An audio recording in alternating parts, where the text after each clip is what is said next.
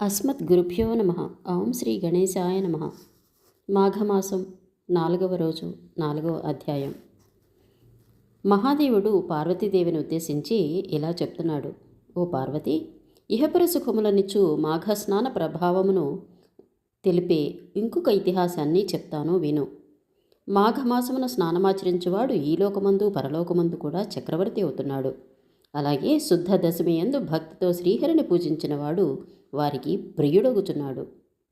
అప్పుడు పార్వతి శంకరునితో అన్నది, ప్రియా, ఈ లక్ష్మీనారాయణ వ్రతము ఆచరించు విధానమేటిది? దీనికి కావలసిన ద్రవ్య సంచయం ఏమిటి? ఎలా పూజించాలి? ఈ విషయాలు చెప్పండి అని అడగ్గా శంకరుడు ఇలా చెప్తున్నాడు. శుక్ల దశమి నాడు ఉదయాన్నే స్నానం చేసి నదీ తీరమందు కానీ స్వగృహమునందు కానీ మంటపాన్ని ఏర్పరచాలి. ఆ మంటపాన్ని గోమయం చేత అలికి రంగురంగుల ముగ్గులతో అలంకరించి మధ్యలో అష్టదళ పద్మాన్ని నిర్మించి స్వస్తికావరణను పరికల్పించాలి. అనేక పూలు పళ్లతో చాందినిలతో అలంకరించి ఆ మంటపం నందు జగదీశ్వరుడైన శ్రీ లక్ష్మీనారాయణల పూజ చేయాలి. కొత్త కలశమందు నీటిని పోసి ఆకు చిగుళ్లను పండ్లను ఉంచి చక్కగా కొత్త వస్త్రాన్ని కప్పి ఆ వస్త్రం మధ్యలో లక్ష్మీనారాయణ ప్రతిమ ఉంచి పూజ చేయాలి. ఆ పీఠం మధ్యలో సాలగ్రామం ఉంచి పూజించాలి. పవిత్రులైన బ్రాహ్మణుల చేత ఆ సాలగ్రామాన్ని పంచామృత స్నానం చేయించి తులసీ దళాలతోనూ పువ్వులతోనూ పూజ చేసి చందనము ధూప దీప నైవేద్యమును ఇచ్చి పాయసాన్నములు అపూపములు మొదలుగునవి సమర్పించి పూజించాలి. ఇలా పూజిస్తున్నప్పుడు వైకుంఠవాసుని కొరకు స్నానాన్ని సమర్పిస్తున్నాను, ఇష్టార్థప్రదునకు వస్త్రమిస్తున్నాను, జనార్దనకు యజ్ఞోపవీతాన్ని, గోవర్ధనోద్ధారణకు గంధాన్ని, పద్మాలయకాంతునకు పుష్పాలని, సూర్య సమాన తేజునకు ధూపాన్ని ఇస్తున్నాను, సురేశ్వరునకు దీపాన్ని, కేతువునకు నైవేద్యాన్ని, సుముకునకు తాంబూలాన్ని, విష్ణుదేవునకు ప్రదక్షిణాన్ని, నరసింహమూర్తికి నమస్కారాన్ని, లక్ష్మీనారాయణ స్వరూపుడైన శ్రీరామచంద్రునకు ఓంకార సహితముకు మంత్రముల చేత జపాన్ని సమర్పిస్తున్నాను అంటూ భక్తితో శ్రీహరికి తామ్రపాత్రలోని నీటిని అర్ఘ్యం ఇవ్వాలి. ఓ లక్ష్మీపతి, సమస్త దేవతలకు ఆధారభూతుడవి, లక్ష్మీనారాయణ స్వరూపుడవుని అవు నీ కొరకు అర్ఘ్యమిస్తున్నాను, దయచేసి స్వీకరించు అని ప్రార్థించాలి. అలాగే ఈ వ్రతం చేయువారు చేతిలో అక్షంతలుంచుకొని మాఘపురాణాన్ని భక్తితో వినాలి. ఈ విధంగా చక్కగా పొద్దున్నే స్నానం చేసి శుద్ధ దశమి నాడు లక్ష్మీనారాయణ పూజ చేస్తే ఆ చేసిన పూజ వ్రత మహిమ వల్ల మేరు పర్వతము మందర పర్వతంతో సమానమైన పాపాలైనా కూడా నశించిపోతాయి. అలాగే ఈ మాసమున లక్ష్మీనారాయణ్ణి దర్శించిన రాజు దుర్యోని వలన ఎట్లు ముక్తిని గాంచెనో అట్లాగే పాప విముక్తుడై మోక్షాన్ని పొందును అని చెప్పగానే పార్వతీదేవి, శంకర, ఆ రాజు ఎవరు? ఏ పాపము చేత దుర్యోనిని పొందాడు? వానికి ఆ పాపం నుండి ముక్తి ఎలా కలిగింది? నాకు ఈ విషయాన్ని వివరంగా తెలుపమని పార్వతీదేవి అడగ్గా శంకరులు చెప్తున్నారన్నమాట.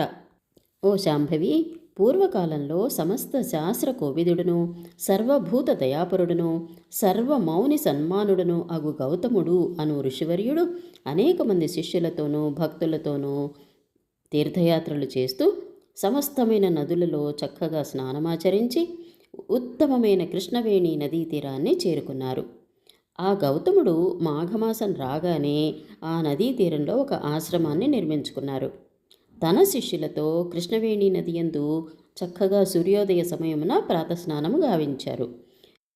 పిమ్మట ఆ తీరమునందే గల అశ్వత్థ వృక్షము యొక్క మూలములో శ్రీహరిని విధియుక్తంగా భక్తితో పూజించాడు. అక్కడే శిష్యులకు గౌతముడు ఈ మాసం యొక్క గొప్పదనాన్ని చెప్పారు. ఇలా కాలం గడుస్తుండగా గౌతముడు శిష్యులతో కూడుకుని శుద్ధ దశమి నాడు ఆ అశ్వత్థ వృక్ష మూలమునందు చక్కగా శుభ్రంగా శుభప్రదంగా మంటపం ఏర్పరిచి ఫలపుష్పాలతో అలంకరించి ఆ మంటపానికి మధ్యలో శ్రీహరిని నిలిపి పూజించారు. ఆ ప్రదేశానికి ఒక ఆడకుక్క వచ్చి ఆ శ్రీహరి యొక్క పూజా విధానాలను చూస్తూ ఆ అశ్వత్థ వృక్షానికి ఎదురుగా సమీపంలో కూర్చుంది.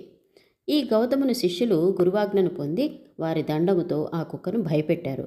ఆ కుక్క నెమ్మదిగా ఉత్తర దిశకు పోయి పిమ్మట మళ్ళీ తూర్పునకు వచ్చి దక్షిణ దిశ నుండి పడమర వైపుకు యథాస్థానంలో కూర్చుంది. తిరిగి శిష్యులు మళ్ళా దాన్ని భయపెట్టారు. పూర్వంలాగానే ఆ కుక్క ప్రదర్శనం చేసి మళ్ళీ అక్కడే కూర్చుంది. ఇలా వారు భయపెట్టడం వలన మాఘ శుద్ధ దశమి భానువారమున శ్రీ మహావిష్ణువుకు 3 మార్లు ప్రదక్షిణము చేసి చక్కగా దర్శనం చేసుకున్నది స్వామివారిని. వెంటనే ఆ కుక్క తన దేహాన్ని విడిచి ఒక దివ్యమైన దేహాన్ని ధరించి ఆ తీరమందే ఒక రాజుగా అవతరించాడనమాట. ఆ రాజు సమస్త భూషణముల చేత నిండినవాడై లేచి నమస్కరించి గౌతముని దగ్గరకు వచ్చి చక్కగా నమస్కరించి నిలబడ్డాడు. గౌతముడు తన శిష్యులతో కూడా ఆ రాజును చూచి కుక్కగా ఉన్న ఇతడు రాజవటాన్ని చూసి పరమ ఆశ్చర్యాన్ని పొంది అసలు నువ్వెవరు అని అడిగాడు. నీవు ఎవరివి? గంధర్వుడివా, మనుష్యుడివా, దేవుడివా, రాక్షసుడివా, కిన్నరుడివా? వెంటనే నాతో చెప్పు అని అడిగాడు. ఆ రాజు గౌతమునితో ఇలా చెప్పడం ప్రారంభించాడు. ఓ మునిపుంగవా, నేను వంగదేశానికి రాజుని. నా పేరు వేగరథుడు. చంద్రవంశాన్న పుట్టాను. ధైర్యవంతుణ్ణి, శస్త్రాస్త్ర విద్యా పారంగతుడిని, సర్వదేశాలకు అధిపతిని, ధర్మ మార్గంతో ప్రజలను పాలిస్తుండేవాడిని, ధర్మములు సంపాదించేవాడిని, ధర్మమునందు ఆసక్తి గలవాడిని. గోదానము, భూదానము, వస్త్రదానము ఇలా బోలెడు దానాలు చేశాను. విశేషించి అన్నదానాన్ని కూడా చేశాను. తిలదానాన్నిచ్చాను. హిరణ్యదానాలు చేశాను. అనేక యజ్ఞాలు ఆచరించాను. ఇష్టక్రతు కర్మలన్నీ చేశాను. తటాకాలని, గుళ్ళని నిర్మించాను. నూతులను, ఉద్యానవనాలను నిర్మించాను. ఇలా మునులు చెప్పిన సమస్త ధర్మాలని నిర్వహించాను విప్రోత్తమా. అయినా కూడా నాకు సద్గతి కలగలేదు. ఎందుకో తెలుసా? ఆ కారణాన్ని చెప్తాను వినండి. ఒకానొకప్పుడు సమస్త ధర్మములు తెలిసినవాడును మౌనిజన వందితుడును అగు పైంగలుడు అను ముని యజ్ఞాన్ని చేస్తూ యజ్ఞ దక్షిణ కొరకు నన్ను అడగటానికి నా ఇంటికి వచ్చారు. నేను వారిని చూచి లేచి వందనమాచరించి అర్ఘ్యపాధ్యాది విధుల చేత పూజించి కుశల ప్రశ్నలు వేశాను. పైంగలుడు తృప్తుడయి నన్ను చూసి ఇలా చెప్పారు. ఓ రాజా, నీకొక రహస్యాన్ని చెప్తున్నాను విను. ఈ నెలయందు మకర రాశి యందు సూర్యుడుండగా, సూర్యుడు ఉదయించుచుండగా శ్రద్ధాభక్తులతో స్నానం చేసి మాఘమాస మహత్యాన్ని విను. అందువలన నీకు విష్ణు సాహిత్యం లభిస్తుంది. అంతేకాకుండా అశ్వమేధ యాగ ఫలాన్ని, తీర్థ స్నాన దాన అన్నదాన ఫలితాలను పొందగలవు. మాఘ శుద్ధ సప్తమి ఆదివారమందు కానీ దశమి ఆదివారమందు కానీ ప్రాతస్నానం ఆచరించిన వాడు విష్ణులోకాన్ని పొందుతారు. మాఘ పూర్ణిమయందు ప్రాతస్నానం ఆచరించిన వాడు పాపముల చేత విడవబడతాడు. ఎవరు అజ్ఞానము చేత ప్రాతకాలమున ఈ మాసమున స్నానమును 30 దినములలో ఒక్క నాడైనను చెయ్యడో వాడు జన్మ జన్మాంతరములందు చండాలుడై పుడతాడు. అలాగే అజ్ఞానము చేత గాని చలిబాధ చేత గాని స్నానం ఆచరించిన వాడు బ్రాహ్మణుడైనా సరే చండాలుడవుతున్నాడు. స్నానము చేస్తే ఉత్తమ విప్రుడవుతున్నాడు. ఇతర కర్మలు తగ్గించైనా సరే మాఘమాసంలో ప్రాతస్నానము చెయ్యాలి. వారికి యమభటుల భయం ఉండదు. ఇలా చెప్పిన పైంగలముని మాటలకు దుర్గతిని చేకూర్చే జవాబునిచ్చాను. అదేమిటంటే, ఓ విప్రోత్తమా, నేను మాఘ స్నానాన్ని చెయ్యను. నాకు శక్తి లేదు. నేను చలిబాధకు తాళజాలను. విప్రులకు దానం ఇస్తాను గాని స్నానం చెయ్యను. అలా స్నానం చేయమని ఎన్నడూ నాకు చెప్పకు. చలిబాధకు నా ప్రాణాలు పోను. శరీరం నశిస్తుంది. దేహం పోయిన తర్వాత ధర్మ సంపాదన ఎట్లా జరుగుతుంది? కాబట్టి నేను స్నానం చెయ్యను అని పలికిన నేను పైంగలుడు ఆ మాటలు విని నా వలన యజ్ఞ దక్షిణను తీసుకొనకుండా, నా ప్రార్థనను అంగీకరింపకుండా వెంటనే అక్కడి నుండి వెళ్ళిపోయారు. అప్పుడు నేను ఆ పైంగలుని అనేక రీతుల బతిమాలి యజ్ఞమునికి కావలసిన దక్షిణనిచ్చి పంపాను. పైంగలుడు ఆ దక్షిణని గ్రహించి తన ఆశ్రమానికి వెళ్ళారు.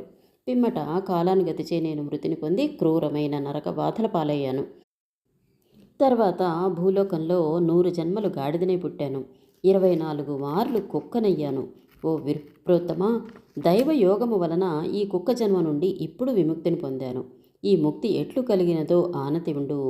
మీరు చెప్పిన ప్రకారము ఆచరించి పవిత్రుడనగుదను అని చెప్పాను. గౌతముడు ఆ రాజు యొక్క మాటలు విని ఆశ్చర్యం చెంది క్షణకాలము ఆలోచించి వానితో ఇలా చెప్తున్నారు. రాజా, పైంగలుడు పలికిన విధంగా మాఘస్నాన ప్రభావము మిక్కిలి ఎక్కువైనదే. అందు ఏమాత్రం అసత్యం లేదు. నీకు కలిగిన విపత్తు మాఘస్నాన తిరస్కారం వలన కలిగిందని గ్రహించు. దుర్యోనుయగు కుక్క జన్మ నుండి ముక్తుడొకటకు కారణం ఏమిటో నేను చెప్తాను. కృష్ణవేణి నదీ తీరమున నేను నా శిష్యులు మాఘ శుద్ధ దశమి రోజున భక్తితో లక్ష్మీనారాయణ పూజను చేస్తున్నాము. దైవవశాన నీవు అచటికి వచ్చావు.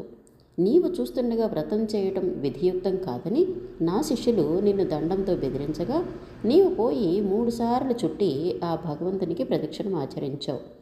ఆ పుణ్య విశేషము చేత కుక్క జన్మ పోయింది, నీకు మోక్షం కలిగింది.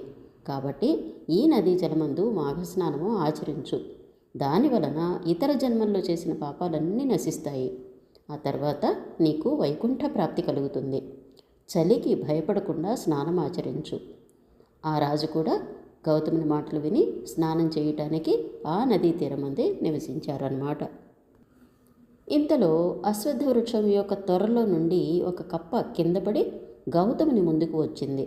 శిష్యులందరూ చూస్తుండగా ఆ కప్ప భూమి మీద పడి ఇటు అటు తిరుగుతూ విచారిస్తూ ఉంది.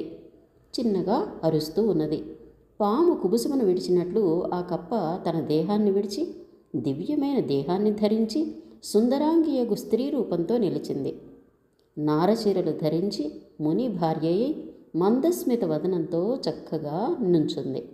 గౌతముని పాదాలను దర్శిస్తూ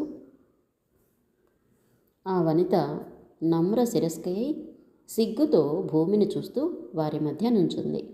గౌతముడు ఆ కప్ప దేహము వదిలి సుందరమైన వనితగా మారి నిలిచి ఉన్న ఆ ముని భార్యను చూచి, నీకేం భయం లేదు అని అభయం ఇచ్చి, అసలు నీవెవరివి? ఏ పాపము చేత ఇలా కప్పవయ్యావు? ఎందుకు ఇచ్చటికొచ్చావు? పూర్వజన్మలో ఇట్టి జన్మాన్ని పొందటానికి నువ్వు ఎటువంటి పాపాన్ని చేశావు? ఇదంతా నాకు సవిస్తరంగా చెప్పు అని గౌతముని అడగ్గా నమస్కరించి, గౌతముని సందర్శనం వలన కలిగిన జ్ఞాన సంపత్తి వలన సమస్తము తెలుసుకుని పూర్వజన్మమందు తాను వనరించిన పాపాన్ని ఇలా చెప్పసాగింది. ఇంతటితో మాఘమాసంలో 4వ రోజు 4వ అధ్యాయం సంపూర్ణం.